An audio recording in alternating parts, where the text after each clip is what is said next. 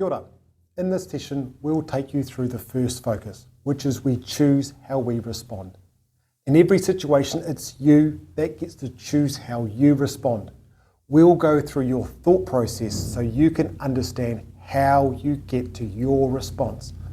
I'll start by talking about why this is important.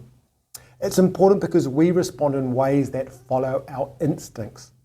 This means that our response can sometimes be irrational.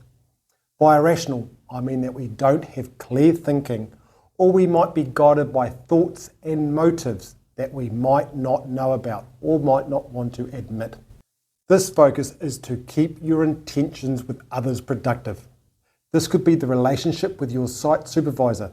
It could be with the people in your team, or it could be once you get home at night with your friends in whānau.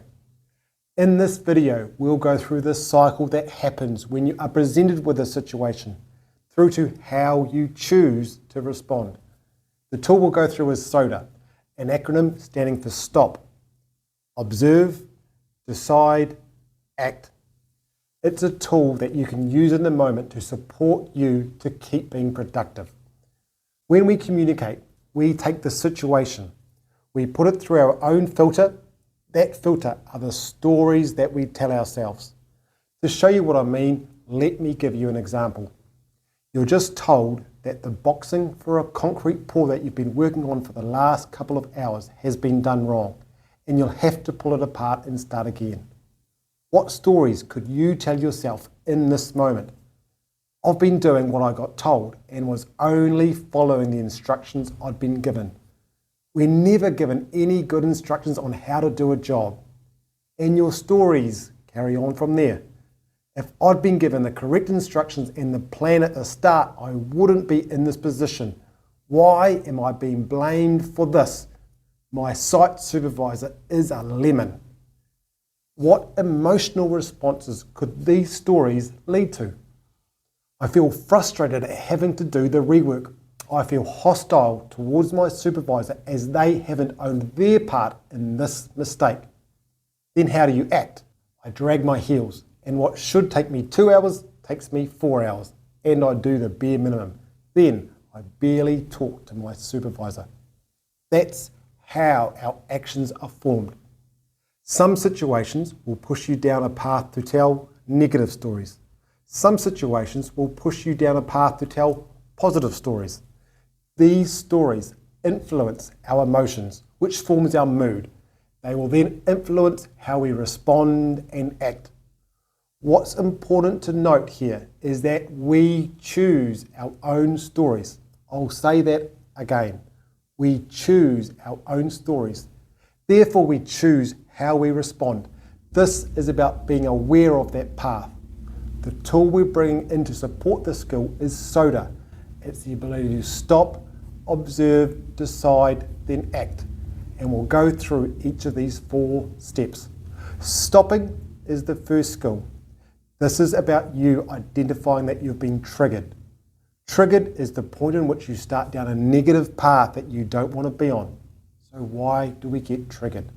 It's usually because something or someone is stopping us from getting what we want. If we're on our way to work and we get stuck in traffic, this may trigger a response. What do we want? We want to get where we're supposed to be on time, and the traffic is stopping us from getting where we want to be. What does being triggered look like? It could be your thoughts constantly coming back to an interaction. If you find yourself playing a situation over and over again in your head, then you've likely been triggered. If you feel your body reacting, this could be the feeling of getting hot, or your muscles tightening, or your breath changing, then you've likely been triggered. Or is there another response that you personally do? Do you go quiet? Do you start fidgeting? Do you get the feeling of being overwhelmed? That feeling of being triggered is the first sign to get you to stop. Once you've done this, the next is to observe. To observe, think of yourself looking at the situation from a balcony. Stopping allows you to know that you've been triggered, and observing lets you slow things down and take a seat on the balcony. Observe and pay attention to the stories that you are telling yourself. Observe the emotions that you are feeling. I keep coming back to the heated discussion that I had early this morning. I can feel myself clenching my jaw when I'm talking to him. I've been triggered. Once you have observed these stories, ask yourself, what are the stories that you're telling yourself and aren't helping the situation? What am I pretending not to notice about my role in the situation? As well as observing the stories, observe your feelings, observe your emotions. I'm feeling confused about what's expected of me. I'm feeling humiliated at being called out in public like that. It's good to name these because it helps with the next step. Deciding what you do next. On a personal level, it's good to ask, how do I want to be known? What's important to me? Do I want to be a person that gets angry and yells at people to show my disappointment?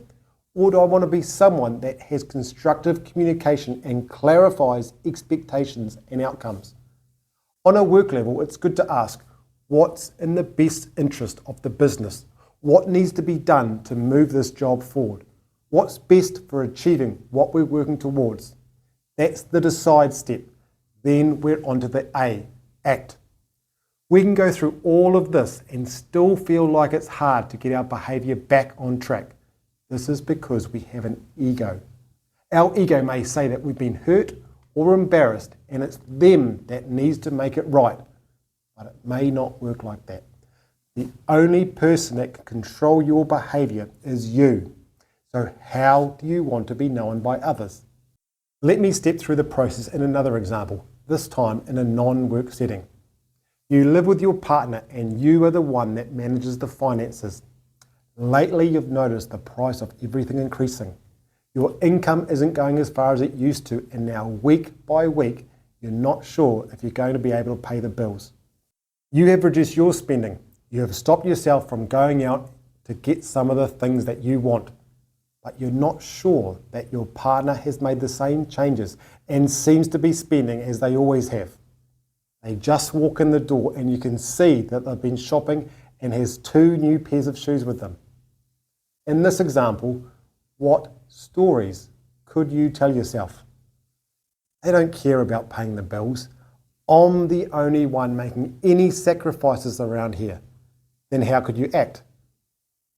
Stuff it. I'm going to jump online and get the things that I've been holding off on buying. Then we'll see where we end up. In this example, your actions could become unreasonable, illogical, or unproductive. Have you even talked to your partner about this? Do they know about your concerns with the finances? This focus is about gaining awareness of those stories. Once you're aware of them, you can start a path to choose how you respond.